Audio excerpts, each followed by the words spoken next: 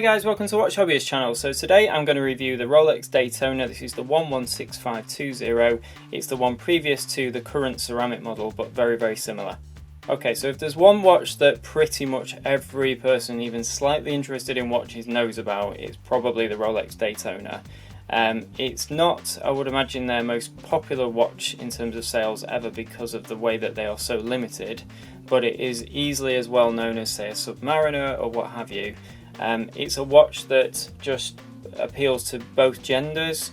It appeals to pretty much everyone across the board in most cases, and I think in some ways my preference to like the ceramic model would be this. The ceramic model is really nice. I've had the black dial ceramic model. It had this black ceramic bezel, the black dial, but what I felt that lost was any contrast whatsoever. I found it really hard to read the time on it.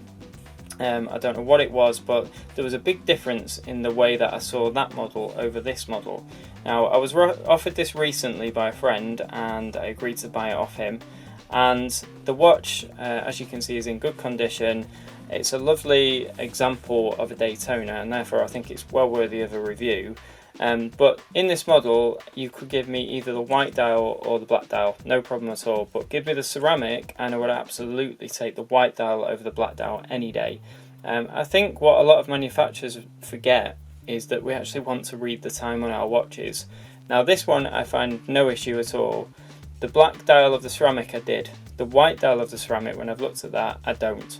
So there's enough contrast on the white dial for me to say it's a great watch. But with the black dial one, I sold mine pretty quickly because I just could not get on with that watch. So when it came to buying my friends, obviously the choice was taken away. This is a 2014 model actually. So it's one that features the latest luminescence and the latest clasp.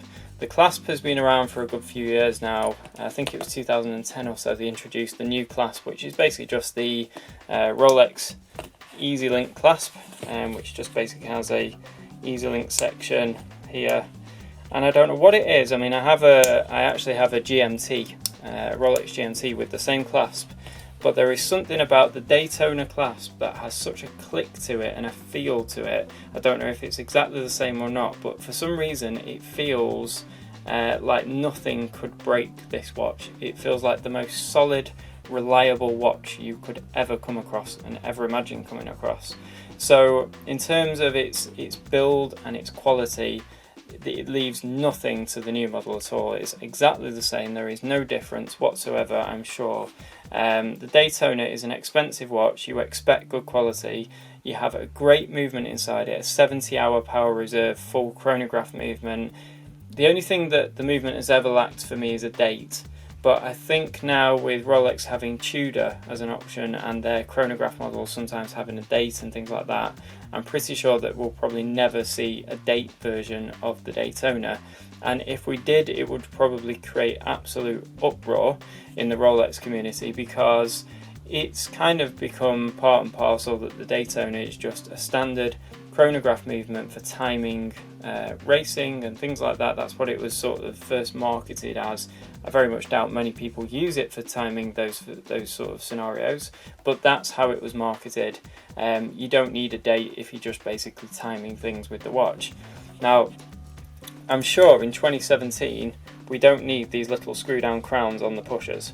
So you basically have to unscrew each pusher and then activate it. Now it's 100 meters water resistant, this watch officially, and if you leave the crown pushers unscrewed, I'm pretty sure it's still water resistant, but the issue would arise if you were underwater and you press the button. So those sort of lock the pushers in place.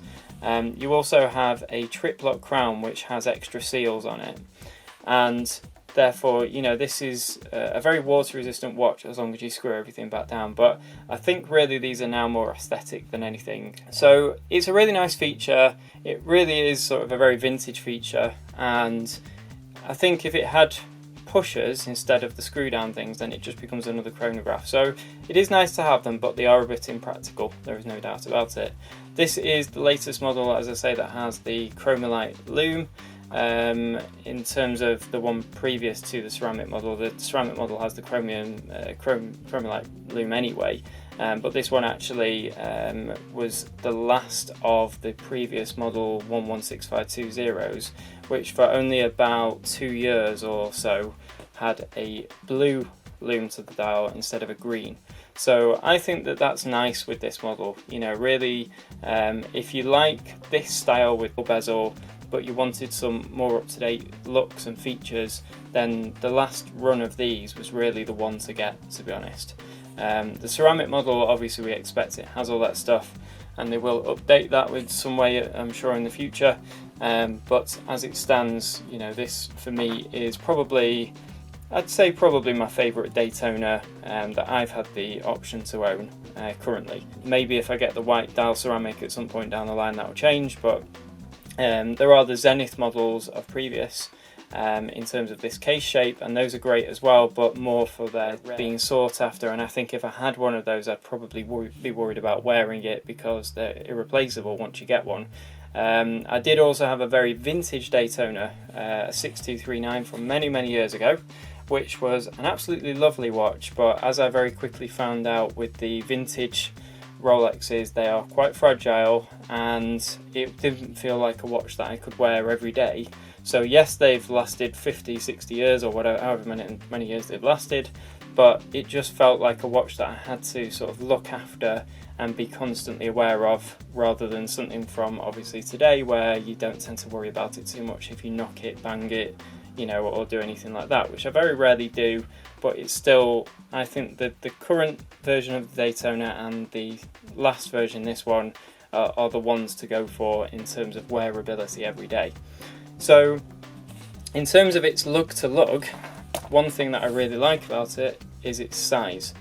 So we have literally 46mm lug to lug length, which is on a modern day sports watch very hard to come across. And because of that size, it appeals across the board to so many people with so many different sizes of wrist. This watch could easily be worn to any dressy occasion, as much as it could be worn in a race car at 180 miles an hour and a sporty sort of event or whatever you want. Any watch can be worn, but not every watch will pull off the look for every single situation. And I think that's what's so great about the Daytona, is the way that it really does just sort of blend in to any situation, any scenario. There aren't too many watches that appeal to me in the same way as the Daytona, but then again, I'm sometimes in the minority because not everybody likes the Daytona. Some people don't get how a watch that's that expensive can cost this much money but doesn't have that many features. But that's the aura of the Daytona. That is what the Daytona is all about. It's a bit of a halo piece. If you have a collection of watches, then you usually end up wanting something like a Daytona to be at the top of that collection. And in some ways, I hate to say it, I mean, I don't think it is personally, but in some ways it is classed as a cheap watch, because for the price here in the UK right now, the retail price, there's really very little that has this sort of quality, that has this much demand, and has this whole aura about it from any other brand that isn't a lot more money. You know, I mean, this would get as many admiring looks as a watch for many times its price, really, because it's so rare in the wild. You don't see that many of them. So that's another reason for them being so popular. And it is a technically good watch. It has a sapphire crystal, it has great looks, great style, great design, and it's very wearable. It has the Easy Link clasp to make it much more wearable on a hot day, cold day, whatever. It's 100 meters water resistant. It's a watch you literally, once you buy, you could keep absolutely forever and never have to worry about it, never have to think about buying another watch, really, unless you absolutely miss a date function. So for me, the Daytona, you know, is a great watch. It's not for everybody, but I think you know, if you ever get the chance, the opportunity to own one, and maybe you're thinking of spending it on another brand for similar money, then for me personally, the fact that they hold the value so well, they're such a unique sort of watch, and they're such a proposition that you would never have to worry about selling it probably, then I would go for the Daytona any day. So I hope you like this little look at the watch. I'm not so sure if there's anything I've missed. If there is, then please feel free to ask me any questions below, and please give me a thumbs up if you like the video, and also make sure you subscribe to the channel, as I will bring you more and more reviews. I have quite a few in the lineup that are going to be sort of scheduled to release every so often, which I will have already done by now, so keep an eye on the channel, make sure you subscribe, and you will see those come through as and when. Thanks for watching, and I'll see you again soon.